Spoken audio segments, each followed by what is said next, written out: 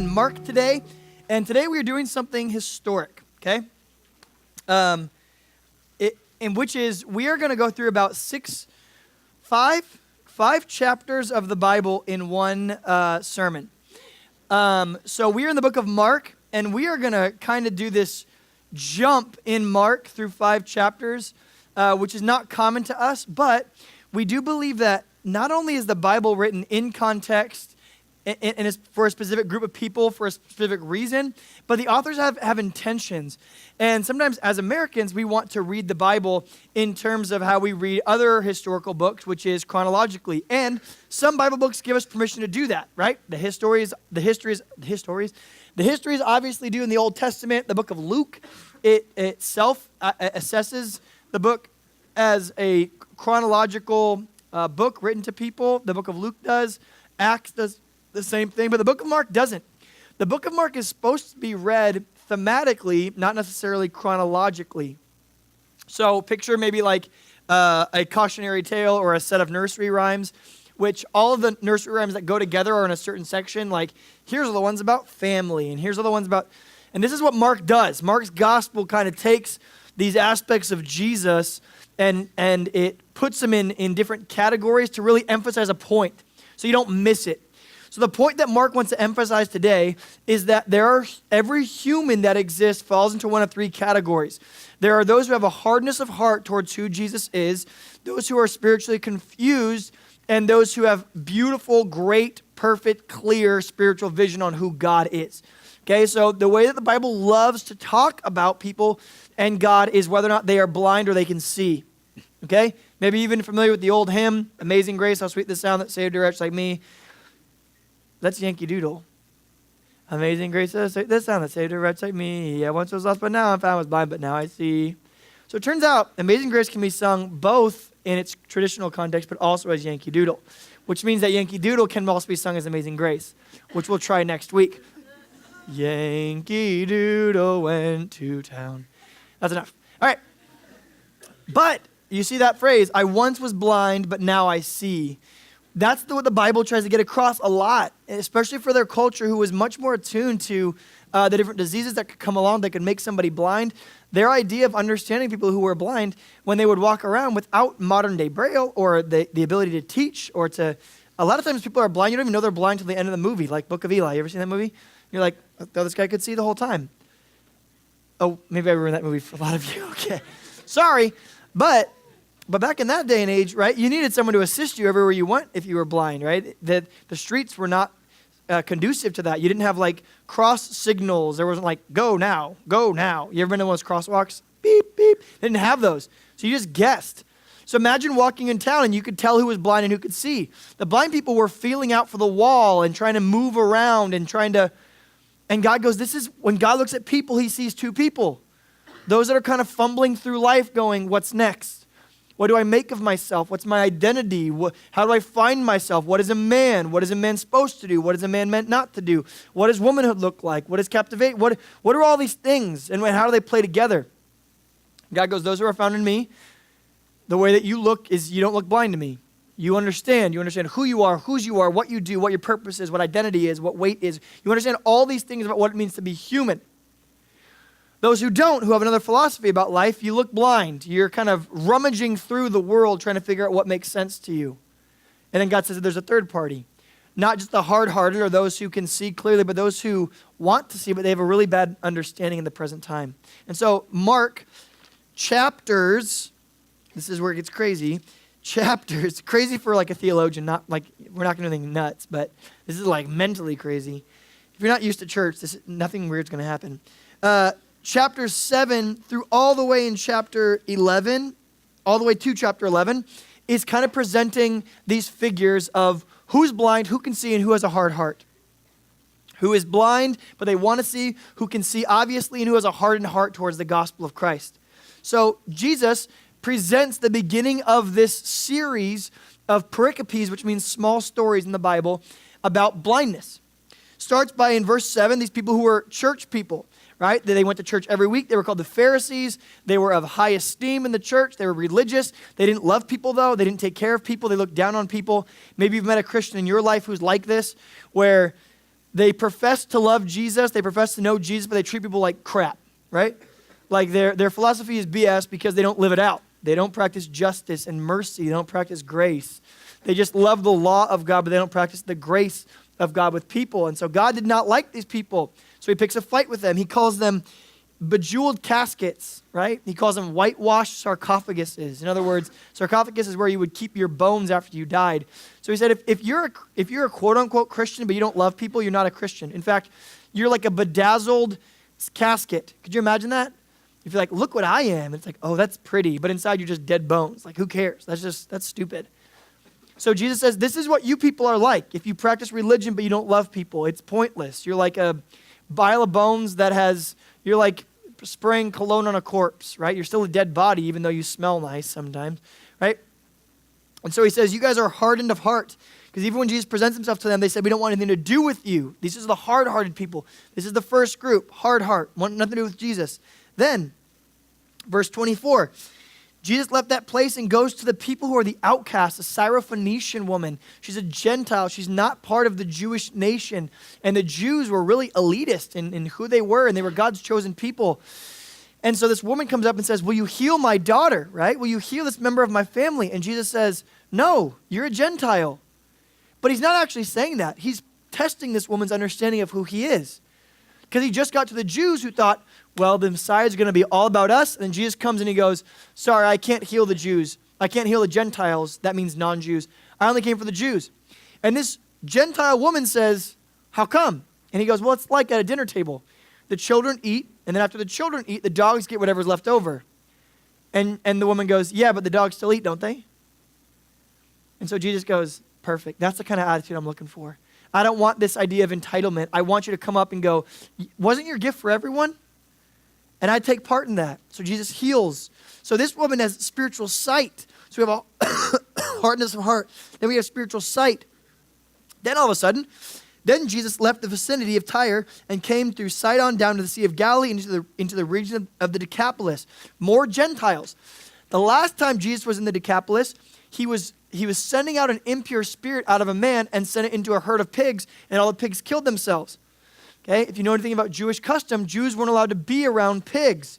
So we know this is a Gentile nation. Once again, the group of people that the hardened heart Pharisees thought, oh, don't associate with those people, right? They were racist, they were bigoted.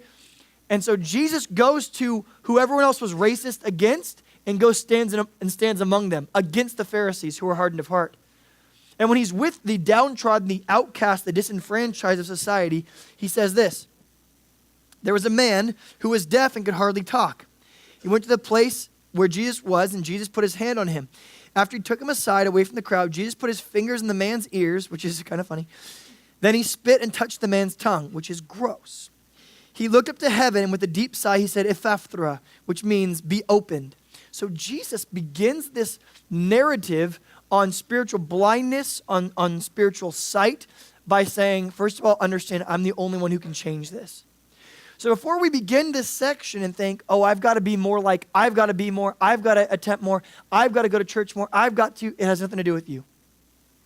Jesus alone has the power to say in your life, Ephaphra, in other words, be opened, understand better, understand more clearly. Without him, the spiritually confused can't come to understanding, and the spiritually hardened of heart or the spiritual Pharisees or those who are against the gospel of Christ will never change. It has to begin with Jesus. We can't do this on our own. We have to have him. So the first three stories here, we see people who are completely against it, a woman who's a little bit confused, but she's still willing to reach out for the promises of Jesus. And then we see someone who everyone else is racist and bigoted against in the religious community. Jesus goes and stands with this man and heals him. You see, the people who were against Jesus experienced no healing. The people who were with Jesus experience healing, even though they're confused. But those who are willing to go, I'm blind, I need help, they experience healing in its fullness. Jesus did not come for the healthy, but for the sick. He came to bring up the brokenhearted. It says this in the New Testament. True religion is this: to help the widow and the oppressed, to bind the broken hearts and return them back to Jesus. Religion is not to memorize stuff and be better than people and to look down on people. In fact, that is anti-religious. Those are the people in Scripture who we know don't get to spend eternity with Jesus. For Jesus came to seek and save the lost.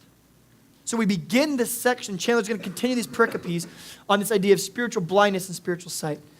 Yeah, starting off, I love what Chris said about it's the people who realize that they're blind that understand they need someone. There was this guy that spoke at our church a couple years ago, Nick Vujicic, and he was born with no arms and no legs. And it was a guy who understood that because he constantly needed help in his life, he would turn to God and say, he is the one that's going to guide me, that can save me. It doesn't matter that I walk through this life without arms and legs, that I have to go through this difficulty.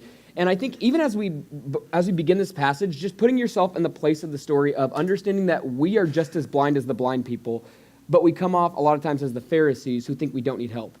And a lot of times when I try and walk through this life thinking that I'm fine, I'm like someone who, like when you walk in the 11-12 room when it's sunny out there and then it's all dark and you start running into stuff and you're like, no, I'm good. I don't need any help seeing. That's how I am a lot of times about Jesus. I keep running into things in my life and I'm like, no, I got it on my own. And he's like, just let me help you see. And he makes that so apparent in all of these stories. And the first one, or another one of these stories about spiritual blindness is when Jesus feeds the 4,000.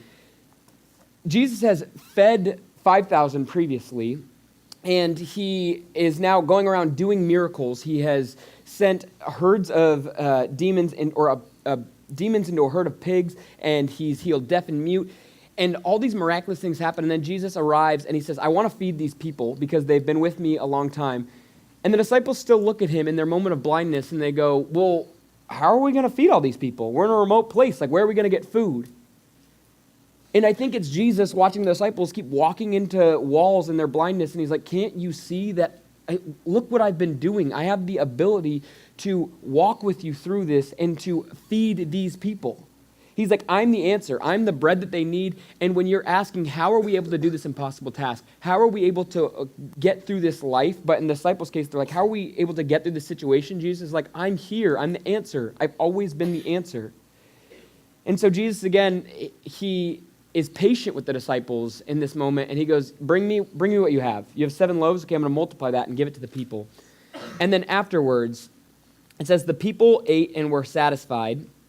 And then the disciples picked up 7 baskets full of the broken pieces that were left over. Then in 8 verse 11, it says, the Pharisees came and began to question Jesus. So it says after he had sent them away, he went in a boat with his disciples, and then the Pharisees come and they meet Jesus, and they said, he says, show us a sign from heaven. Give us something that we can see you. And this is what Jesus says, why does this generation ask for a sign? Truly I tell you, no sign will be given. Then he left them, got back into the boat, and crossed to the other side. And so the Pharisees are now coming, and they're like, Jesus, give us a sign from heaven so that we know that you are God, so that we can be aware that you are who you claim to be. And Jesus is like, I have been performing many signs. And the whole Old Testament, everything that happened was scriptures that were written about me that would be fulfilled so that you could see that I am God. And he goes, I'm not going to give this generation a sign. Because my good news, me existing, all the Old Testament scriptures, what I have done here on earth is enough, but your hearts are blind, and I can show you in an infinite amount of signs, but if your eyes are closed, you're never going to see the signs of Jesus. And that's what he wants to get across to the Pharisees. He goes, it doesn't matter what signs I give you. Your eyes are closed. You're not going to see them. You're never going to claim that I'm God. And then right after this, and this is all supposed to be connected. I know our Bible breaks them apart with little subheadings, but these are all supposed to be connected stories. And it talks about how the disciples forgot bread to bring with them on their journey. And then Jesus says to them, be careful, watch out for the yeast of the Pharisees that Herod offers. And it says the disciples began to discuss with one another, is it because we have no bread?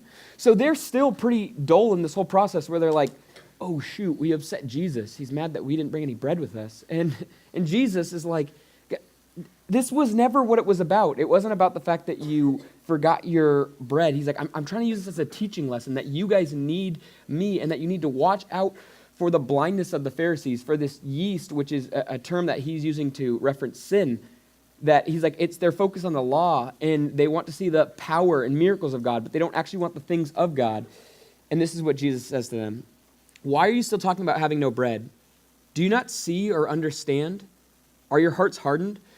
Do you have eyes but fail to see? You have ears but fail to hear? And don't you remember when I broke the 5 loaves and to feed the 5,000, how many basket pieces did you, or basketfuls of pieces did you pick up? 12. And he says, and with the 4,000, how many did you pick up? And they said 7. And he said, do you still not understand? And so Jesus is going to continue, or Mark, as he's writing, is going to show that Jesus is answering the disciples' lack of understanding and the lack of sight. And this question is so important. Do you still not see or understand? And that's what he's going to bring to the Jewish people, to the people that claim like, no, we got it. We're fine. We can walk around this place. We're good. We don't need help walking through this life. And Jesus is like, you keep bumping into stuff because of your blindness, and you can't see the necessity of the God that's right in front of you. Then, continuing, we see this cool picture of the miracle that's going to happen next is actually going to be a little bit of an allusion to what's happening in the minds of these disciples right now. See, here's what happens. There's a blind guy, again. They came to Bethsaida, and some people brought a blind man and begged Jesus to touch him. He took the blind man by the hand, this gets a little bit PG-13 rated, and led him out to the village, where he spit on the man's eyes and put his hands on him, and he said, do you see anything? Okay, this is disgusting. Okay, so he spits on the guy's eyes, and then he says, do you see anything? So for the first time in this guy's life, he's actually able to perceive light and shapes and weird forms of color. But imagine, maybe you've been in the water before and you come out of the water, but you keep your eye. What's almost the first thing we do whenever we're like in a pool and we come out of the water? What do we do first? You wipe away what's in. But what? Did you say flip your hair? Or scrape your head on the bottom of the pool going over a swan? Was that Adam that said that? Oh, so you go in the water, but then imagine if you've never seen before. If you've never seen before, you would have no idea to do that. We do it naturally, right? My little son does it naturally. Whenever he comes out of the water, he just scrapes his eyes away so he can see what's going on. But if you've never seen before, you're just going, is this sight? Right? You have that. It's like when you put eye drops in your eyes and everything it looks all like nebulous and it's like you see everything through almost like a fog. And if you're blind, you're like, oh, so this is seeing. And he goes, what do you see? And he goes, I see, but it looks like people are people like trees? Are they really long and elongated and weird looking? And Jesus is looking at his disciples going, do you get it? He sees how you see. This man sees me the way that you see me. His is a physical sight. Yours is a spiritual sight. When you look at me, you think you see me, but you've missed something important. You see me like through a fog, like through a lens. Like you don't quite understand me. Just like when he looks and he goes, people all look like trees. And then Jesus goes, here's what we're going to do. Once more, Jesus put his hands on the man's eyes. Then his eyes were opened completely, his sight restored, and he saw everything clearly. Jesus sent him home saying, don't even go into the village. In other words, don't tell people what happened right here. So this is what Jesus can do. Jesus has the power to move us from blindness, and then in our confusion, he can move us from confusion to understanding. So Jesus is using this healing in the midst of the disciples' inquiry to go, are you catching the picture yet? You're blind and you're confused. You need to get better, but it's only through me. Then Jesus, for the first time, is going to say, he's going to die. But before he says that, he's going to take these people to this region of Caesarea Philippi, which is up on this area, which is like ancient Las Vegas. They used to literally have like a phallic festival where they would carve this large penis, and then they would like trot it through the streets of this city, and everyone would worship it and have sex with goats and animals and each other and orgies. It was just crazy. So Jesus brings the disciples here, and they're Jewish, right? So they grew up in a Jewish town, right? So picture like someone living in like the far reaches of Valley Center who's only homeschooled, and then when they are with their friends, it's other homeschooled kids, and then you take them to like Vegas at 2 a.m. during like Mardi Gras or whatever, or like Bourbon Street in Louisiana during Mardi Gras, and they would walk out and they would go, where are we? Where are we? Why? What? Right? This is, and Jesus walks in the middle of all this pagan god worship, all these fake gods. Temples of Artemis are right there. Temple of Diana is right there. The Pan god, the god of the Jordan River, his name's Pan. And every year, this festival is supposed to arouse him so much that he begins the flow of the Jordan River. Use your imagination how that works. So that is gross. It's gross. It's the Bible. the fact that we hand this book out to children, like with little pictures of like a happy Jesus on it, I'm like, okay. This is real graphic. So Jesus stands in the midst of all of this stuff, though, and then he asks his disciples an important question. He says, who do people say that I am? He's giving them options, right? He's standing in front of everything this world says is God, and he says, who do people say that I am? And they go, well, some think you're Moses, some think you're Elijah. And then he goes, but what about you guys? Disciples, who do you say that I am? And Peter speaks up, and he goes, I'm willing to make a bet that you're the Messiah. You're the one we've been waiting for. Jesus says, this is awesome. You're correct. I am the Messiah. Then Jesus says, and as such, the Son of Man, speaking about himself, Jesus says, I'm going to have to be killed. I am God. I am the Messiah. I am the one you've been waiting for. I'm going to have to die and be crucified on a cross. And who speaks again in your text? Who's got something to say? Peter. What did Peter just do? That was applauded and brilliant and beautiful. He just proclaimed him as Messiah. Cool. It's like you see a little bit of it. And then Jesus says, and I'm going to die. And then what does Peter do? What does it say? After Jesus said that, Peter took him aside and began to rebuke him. In other words, Jesus, no, that's not what's going to happen. I'm willing to admit that you're God, but let me tell you what's going to happen. It's like, did you hear the irony in that sentence? I realize that you're God. Let me explain to you what's going to happen next. What is he doing? He is a walking, talking manifestation of the way that the man before was healed. He sees a little bit, but he's still really blurry. You are the Messiah, but you're not going to die. You're the Messiah, but you're not going to die. You see, this is the same thing that Satan tempted Jesus with in the desert in Mark chapter 2. Jesus comes to planet Earth. He's brought up at 30 years old. He begins his ministry. And then Satan takes him into the desert and says, look, you know what's going to happen to you. You know you're going to be crucified. You're going to be killed. You're going to be spit on, rebuked, rejected by mankind. But Satan says, look, I own the whole world right now because it's full of sin. I'll give it all back to you if you'll just bow down and worship me. In other words, Jesus, what if I could give you all the glory you deserve without you having to go through the cross? What if there was glory without the cross, Jesus? Or you know what, Jesus? Why don't you jump off the top of the temple and then your angels will catch you because they want to protect you. See, once again, you can experience the glory of angels saving you without the power of the cross. What if there's a way to experience glory without the cross? To which Peter right here says, Jesus, listen, here's what's going to happen. You can come in glory, but once again, what does Peter ask him to reject? The cross. What if there's glory without the cross? And Jesus goes, I've heard this discussion before, to which he responds to Peter, get behind me, Satan. Why? You said the exact same thing he did. Do you think that Jesus thought to himself previously in his life, I wonder if there's glory without the cross? In his flesh, we know that Jesus was tempted every day of going, you know what, just quit, give up. In fact, in the Garden of Gethsemane, in Jesus' last days, he goes to the feet of God himself and he says, if there's a way for this cup to be taken from me, would you please do it? To which God says no.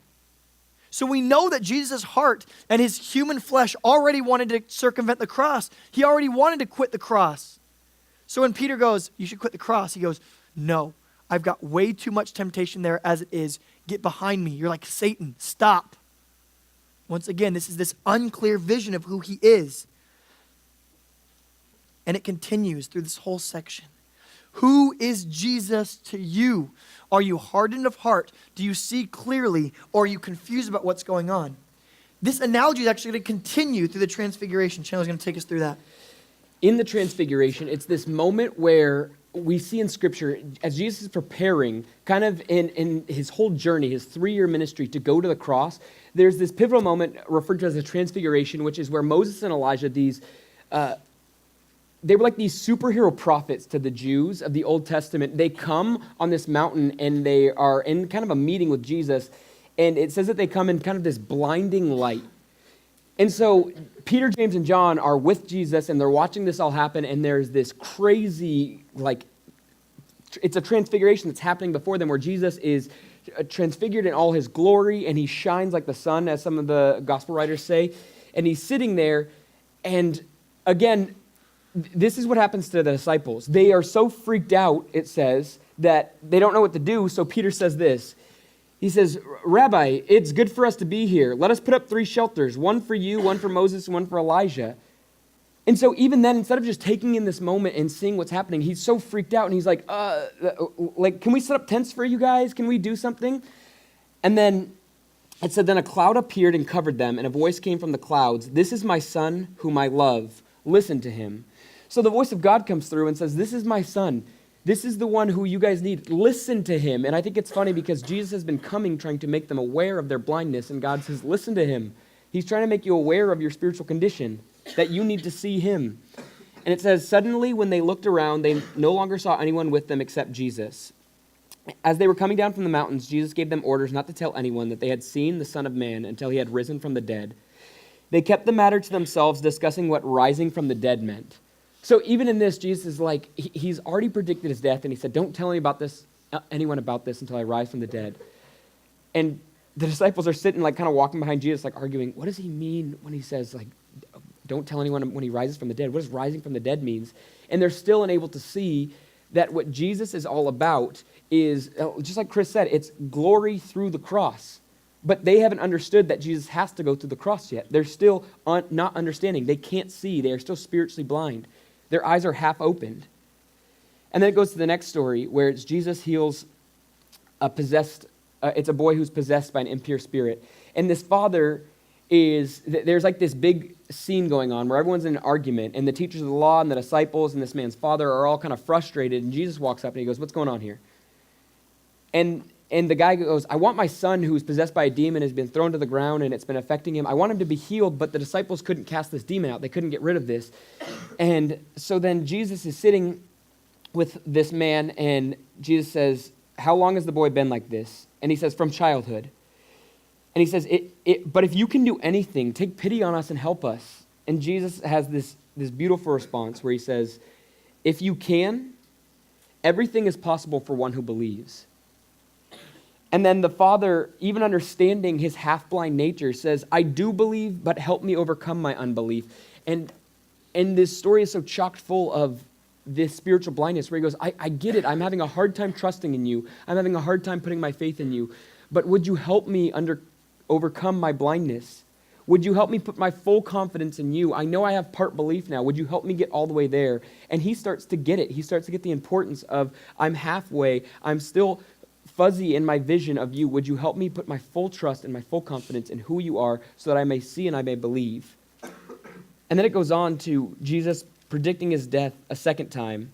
And the disciples, once again, instead of just asking Jesus, what do you mean? They're walking behind him like, what does he mean when he says he's going to die? Why does he talk like this?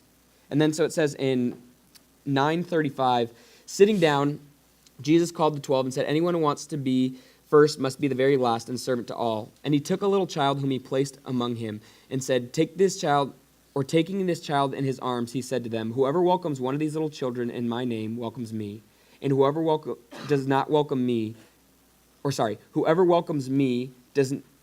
does not welcome me, but the one who sent me. And so he's saying, if you're welcoming these children, if you're helping others and those in need, he's like, you're not just welcoming me, you're also welcoming God who sent me into your lives to have his spirit at work in you. And then he's going to hit a couple more stories that on the surface might not seem like they have to do with spiritual blindness, but when you understand this passage in its context, these 4 chapters, you start to see that even when he talks about divorce, he's saying, like, look, the only reason that divorce happens, that Abraham or Moses wrote about divorce, is because in your blindness is what causes people to get divorced. It's not seeing that it is a covenantal relationship, that we make a commitment to God in our marriages. And he's like, divorce is a product of spiritual blindness. And then he talks about little children again, and he says, the kingdom of heaven belongs to those who are little children. And he's making this point that those who are reliant on God as an infant is reliant on their parents. Those are the ones whose eyes have been opened. And I remember Chris used to talk about this when Peyton was first born, but it's still just as true. Like, if he left his kids alone for a week, they wouldn't make it. It's not like they'd be like, oh, we got this on our own. And that's how we need to look at our lives. When our eyes aren't opened, we are like an infant that thinks, oh, I can do this without support of my Father in heaven. And Jesus says, let me open your eyes. Let me show you how much you need me. And then it comes to this powerful ending, this climax in the story, and Chris is going to walk us through that. So the spiritual blindness chapter. Simple declaration where Jesus meets this rich young ruler, which we talked about a lot last weekend at the weekend. And Jesus says, there's one thing you lack. In other words, you've got a blind spot, right? You've got a part of your vision that you can't see out of. It's because you worship money. And the man goes, I don't see the blind spot. And he goes, well, it's a friggin' blind spot. But he was unwilling to give it up. So Jesus continues, look, here's what blindness looks like. Then Jesus predicts his death a third time. He tells them, look, I'm only going to be with you for a little bit. Then I'm going to be crucified. I'm going to be buried, handed over, mutilated. And after that, really, could you imagine how intense that would have been for Jesus watching what's going to happen to him, to verbalize what he's about to walk through? And here is the disciples' blindness, confusion still. Verse 35 of chapter 10. Teacher, they said, we want you to do for us whatever we ask. Could you imagine Jesus' response to that? But he's going to condescend and listen. And he says, what do you want me to do for you? Remember that question. He asked these disciples, what do you want me to do for you? They said, let one of us sit at your right hand and the other at your left hand in your glory. So Jesus goes, I'm going to die. I'm going to be killed and crucified and mutilated. He's probably tearing up. He's watching his agony. And they go, and he goes, oh, good. A proper question. Finally. Yeah, how can I help you? Are your seats saved at your table in heaven? Because I'd love to sit at first place. Or my brother at least. Can I have one and two? We just want to be 1 and 2. And Jesus in his holy face palm says this incredible response. You don't know what you're asking because I don't think you can drink the drink I'm about to drink or be baptized with the baptism I'm about to be baptized with. What's he talking about? Here's crucifixion. He goes, well, if you want to be glorified in the kingdom of God, if you want to be like me, here's what's about to happen to me. I'm going to be destroyed. You want to be destroyed? And then he tells them, you're not ready to be destroyed. But then he makes a promise to them. But one day, when you're ready, you actually will be destroyed. And we're going to find in the lives of James and John, they're going to be killed for their faith. They're going to be stricken, smitten, afflicted for their belief in Jesus Christ. So it's a proper and an accurate prophecy.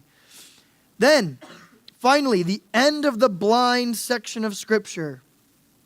We've got confusion. We've got people who look like trees. We've got disciples asking for the wrong things. We've got a group of Pharisees who admit that they don't think that they are blind at all. We've got a rich young ruler who thinks he might be blind, but then when Jesus points out his blind spot, he goes, no, never mind, not me, not blind. We've got these Gentiles who are admitting very clearly they are blind, who are experiencing half healings, and then all of a sudden we get this culminating healing of a man named Bartimaeus. The last blind to see says this. They came to Jericho. As Jesus and his disciples, together with a large crowd, were leaving the city, a blind man named Bartimaeus was sitting by the roadside begging. When he heard that it was Jesus of Nazareth, he began to shout, Jesus, Son of David, have mercy on me. The true blind need mercy. The actual blind need mercy. Those who are blind need mercy. And he knows this about himself. Many rebuked the man and said, stop talking. Jesus said in verse 49, call him to me. So they called to the blind man, cheer up, on your feet, he's calling to you. Throwing his cloak aside, a cloak would have been his way of collecting income. So when you're blind, you had this big cloak, and when someone would throw money on it, you would gather it up so the other people wouldn't take it from you.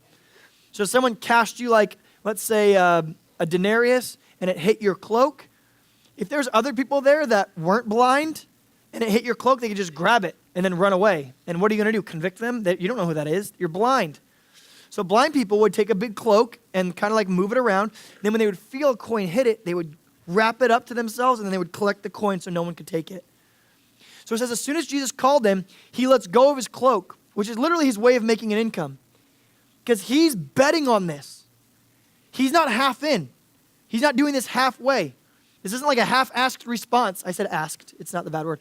Half-asked response to what Jesus is saying. He's going, no, I leave nets, I leave income, I leave everything. It's all about you. Everything he used to have. In fact, his cloak is probably all he possesses. And he walks up to Jesus and says, hi, I'm blind. Jesus goes, that's so ironic. You would expect that to be something very obvious, but in this series of stories, it hasn't been obvious.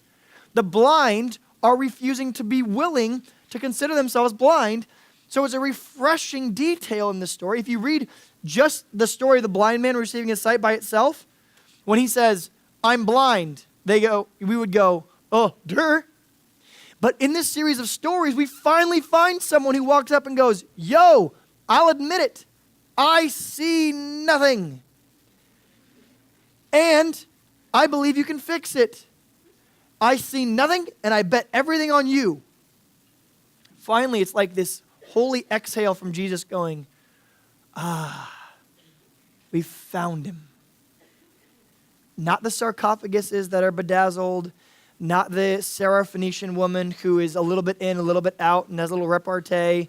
It's not the guy who needs his unbelief healed. It's not the disciples who are asking for 1 and 2 in the kingdom. That's not the rich young ruler who admitted that he had blindness, but not that kind of blindness. We finally get a just full-on blind guy who goes, yo, I'm blind. Which is why I wonder if he lets the disciples in earshot. He has to, right? He's got to, because he's going to ask him this question. Remember I told you to keep that question familiar? He walked up to the blind guy, verse 51. What's the question? That was one of those things where that's where you respond to the question that I ask. That's an inquiry I made of you. Verse 51, what question does he ask the blind man? Familiar question. He asked that to the disciples in chapter 4. Their response, make us great. His response, Rabbi, I want to see. Could you imagine being blind? First of all, that would be the worst. You can't see anything. Obviously, you know what blind means. I just said it again. But, what is a sunset? And you can't even explain to them a sunset because anything you try to use as a visual or as comparison, it doesn't work. Well, it's sunset. It's like warm colors. It's the feeling you get when you see fireworks. It's like when you're watching a romantic, nothing. Now imagine being blind, and you're blind your whole life, and you walk into a theater, and let's say there's this Jesus character. Let's say Jesus comes back in the flesh, just to come and then he walks up to you, and you in your blindness since the day you were born, he goes, what do you want me to do for you? And you go,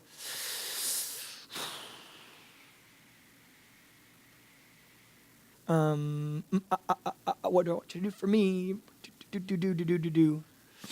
Mom, what do I want him to do? I don't know. I got a big test coming up. Yeah. Big test coming up. Also, I haven't eaten breakfast. Do you have any food?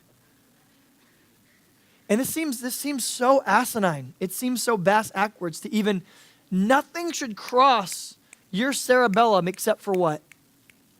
Blindness. You're blind. That should be the first, second, third, fourth, and 52nd thing on your list. And the 48 things in between should all be exactly the same also. You're blind. And so Jesus gives him permission, though, to change his answer. What do you want me to do for you? And I wonder if him, a little bit reluctantly, goes, I want to see. And the disciples sitting there going, we probably should have said that. Probably should have been in my line. But they don't.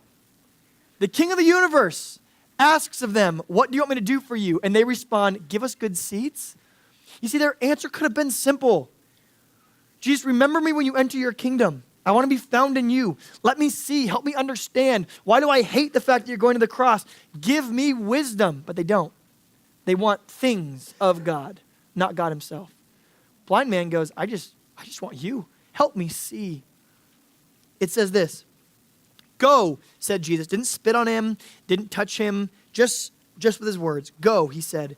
Your faith has healed you. Immediately he received his sight and followed Jesus on the road. To follow Jesus is to be a mathetas of Jesus, which is a disciple of Jesus.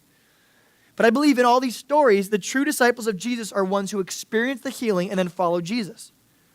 You're able to see clearly, you experience the healing, and then you follow Jesus.